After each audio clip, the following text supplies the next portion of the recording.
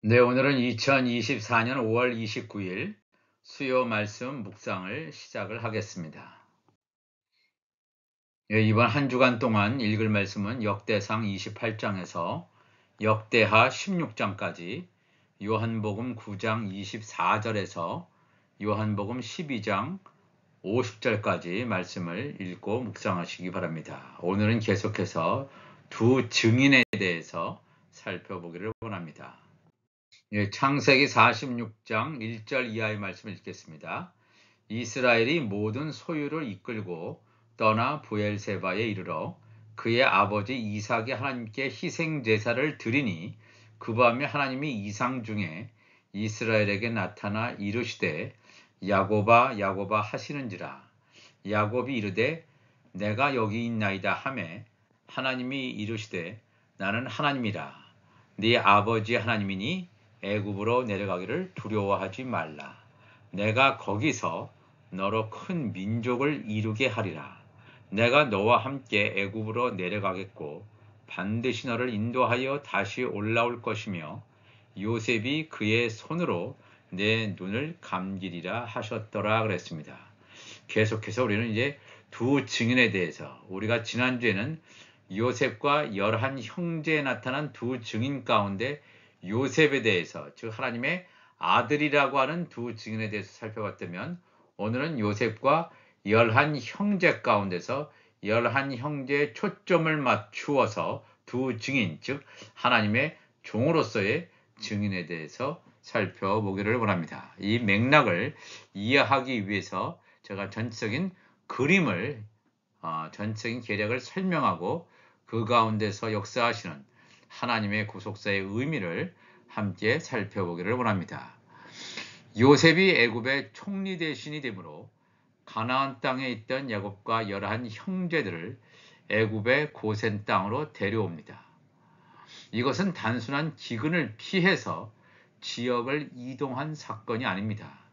하나님 나라의 구속사를 완성하는 중요한 사건입니다. 야곱과 그리고 요셉을 제외한 11명의 형제들은 마지막 때에 환란의 피난처에 들어가게 되는 하나님의 종들을 예표하고 있습니다. 마지막 때에 7 나팔 재앙과 7 대접 재앙이 부어지는 시기에 환란의 피난처에 들어가지 못하고 방황하고 있는 하나님의 종들은 모두 멸망될 것임을 미리 보여주고 있기도 합니다. 야곱은 예수님의 우리 안에 있는 양들이 아니라 다른 우리에 있는 양들입니다. 그렇지만 예수님께서는 다른 우리에 있는 양들, 즉 제사장 나라의 제사장 직분을 감당하는 하나님의 종들도 예수님께서 시온산에 지상 내림하실 때 어린 양의 구원주로 오셔서 구원해 줄 사명이 있음을 분명히 성경은 증거하고 있습니다.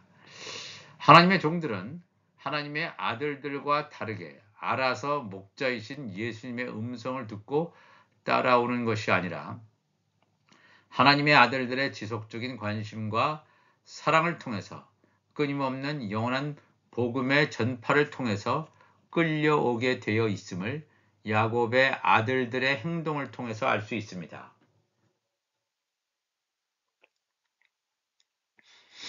베냐민을 제외한 요셉의 나머지 10명의 형들은 가나안 땅이 극심한 기근에 시달리고 있을 때에 야곱의 명을 따라서 곡식이 풍부한 것으로 알려져 있는 애굽으로 오게 됩니다. 이 모든 것이 가나안 땅에 버티고 있는 야곱의 가족들을 끌어내기 위한 하나님의 전략이라는 것은 우리가 또 기억해야 됩니다. 자신들의 식량이 완전히 바닥이 날 때, 그리고 더 이상 버틸 힘이 없을 때가 되어서야 비로소 애굽 땅으로 발길을 돌립니다.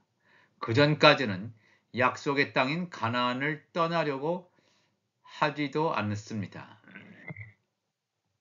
하나님께서 그들을 애굽으로 인도하고 계신다는 것을 알 길이 없기 때문에 가나안 땅을 계속 고집합니다.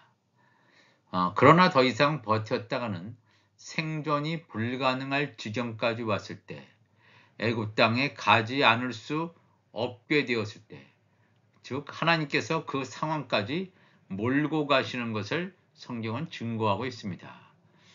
이 하나님께서 이 야곱과 11 형제에 대한 계획은 모든 가족을 가나안에서 애굽으로 이동시키는 것이었습니다. 그들의 계획대로 기근에 먹을 식량을 구입하여 다시 가나안 땅으로 돌아가서 거기서 삶을 영위하는 것이 아니라 가나안 땅을 떠나서 애굽의 고센 땅으로 상당 기간 이주하여 지내는 것이 하나님의 계획이었던 것입니다.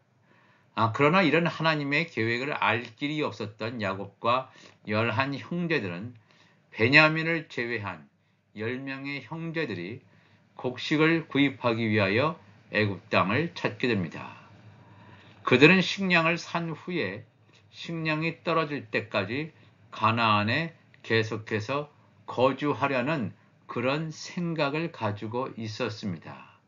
그런데 10명의 형제들은 그들의 동생인 요셉이 이 애굽의 총리 대신이라는 생각은 꿈에도 하지 못한 채 곡식에 대한 모든 책임을 맡고 있는 요셉과 대화를 하는 중에 자신들의 가족에 대한 자세한 이야기를 털어놓게 됩니다. 이 말을 들은 요셉은 그들을 정탐꾼으로 몰아붙이게 되고 그들의 말이 사실임을 입증하기 위하여 너희 가운데 한 사람인 시므온을 인질로 잡고 막내 형제인 베냐민을 데려오면 그들의 말을 신뢰할 것이라는 터무니없는 요구를 하게 됩니다. 그들은 자기들이 요셉을 애굽에 팔아버린 일로 하나님의 징계를 받는다고 자책을 하지만 이미 엎질러진 물이므로 다른 방법이 없었습니다. 왜 하나님께서 이렇게 하시는지 알 길이 없는 그들은 시므온을 남겨둔 채 9명의 형제들이 가나안으로 향하게 됩니다.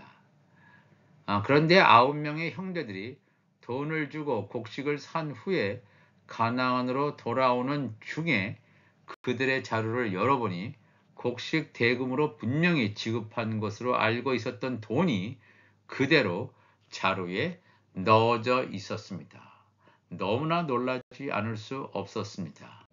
계속해서 5절에 야곱이 브엘세바에서 떠날 새 이스라엘의 아들들이 바로가 그를 태우려고 보낸 수레에 자기들의 아버지 야곱과 자기들의 처자들을 태우고 그들의 가축과 가나안 땅에서 얻은 재물을 이끌었으며 야곱과 그의 자손들이 다 함께 애굽으로 갔더라.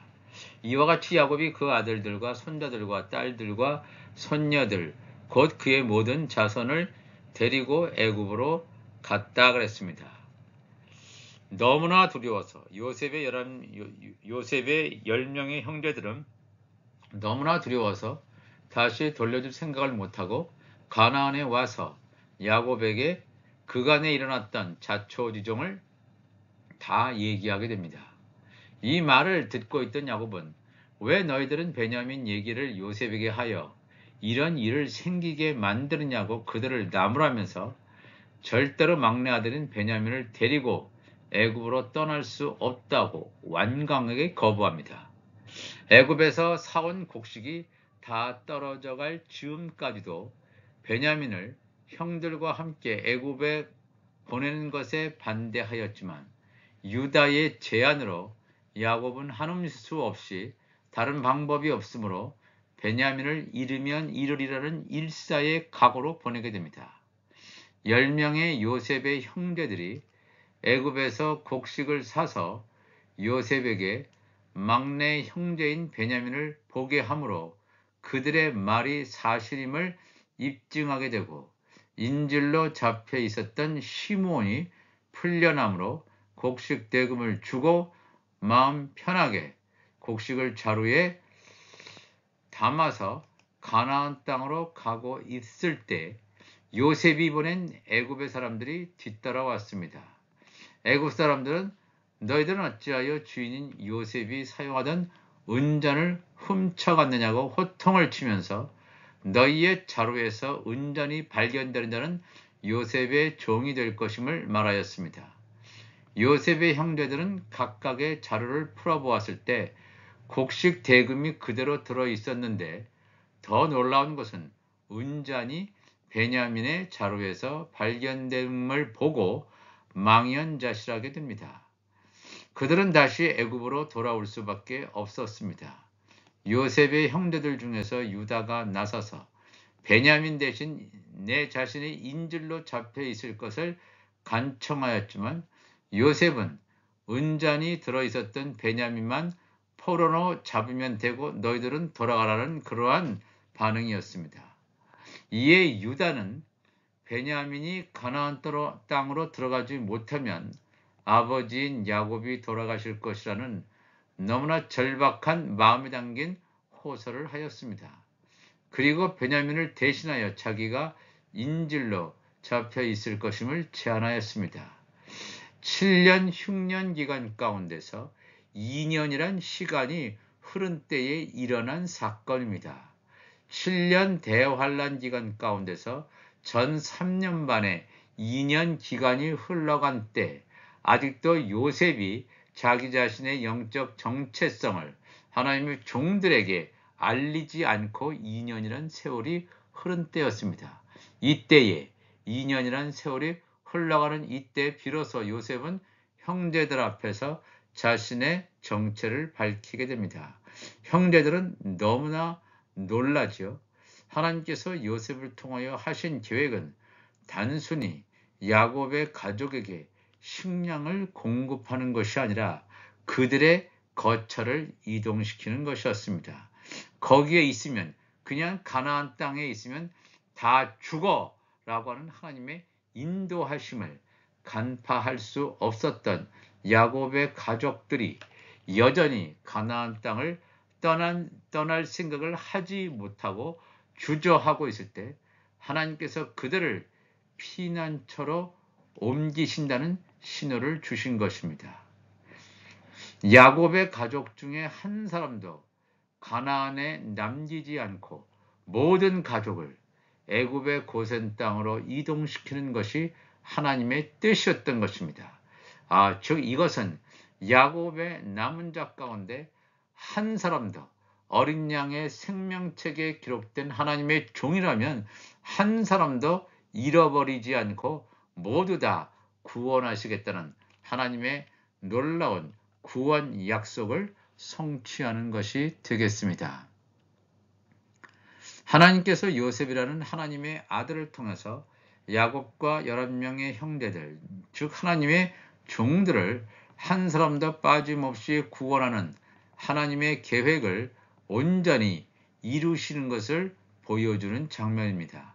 7년 흉년, 즉 7년 대환란 중에서 2년이란 시간이 지날 즈음에 하나님의 종들은 요셉이란 하나님의 아들의 정체성을 알게 되고 고센 땅에 들어가 거주함으로 세상이라는 애굽의 세력으로부터 안전히 보호받게 되고 육신의 식량도 충분히 공급받음으로 살아가게 되었다는 것입니다. 요셉의 11 형제들은 그들이 요셉의 종임을 분명하게 고백하게 되고 새 예루살렘 성에서 좌편 보좌에 앉게 되는 야곱의 남은 자들, 하나님의 종들의 충만한 수인 14만 4천을 예표하는 환란의 피난처에서 보호받게 되는 자들임을 증거하고 있습니다. 우리가 이 말씀을 통해서 요셉과 11명의 형제들, 하나님의 아들들과 하나님의 종들 두 직내 역사가 이 창세기부터 나타나고 있습니다. 이 첫 아담과 예수 그리스도, 첫 아담, 마지막 아담이 두 증인의 기원입니다. 그 두 증인의 기원의 역사가 오늘 이 마지막 시대에 하나님의 아들을 부르셔서 하나님의 종들에게 영원한 복음을 전달하게 하시고 이 말씀을 듣고 받아들인 하나님의 종들 가운데 야곱의 남은 자로 택한 자들이 이 마지막 때에 회개를 촉구하고 그들이 굵은 베옷을 입고 묵은 곡식을 버리고 구원의 표를 받고 나오게 되는 놀라운 하나님의 구원의 역사를 일목요연하게 창세기부터 요한계시록까지 증거하고 있다라고 하는 것을 우리가 기억해야 됩니다. 이 시간 다 같이 기도하시겠습니다. 하나님 아버지 감사합니다. 오늘도 이 야곱, 요셉, 11 형제의 삶과 그들의 이동을 통해서 하나님께서 하시고자 하시는 그들이 머물러야 되는 지경, 이것을 분명히 말씀하시면서 과연 그들이 그러한 지경 가운데서 어디에 머물러야 될지, 얼마 동안 머물러야 될지를 정확하게 알려주시는 하나님의 놀라운 지혜와 구원의 역사를 우리가 다시 한번 깨닫고 이 마지막 때 준비하는 하나님의 거룩한 자들이 되게 하여 주옵소서. 감사하며 예수님의 이름으로 기도합나이다. 아멘.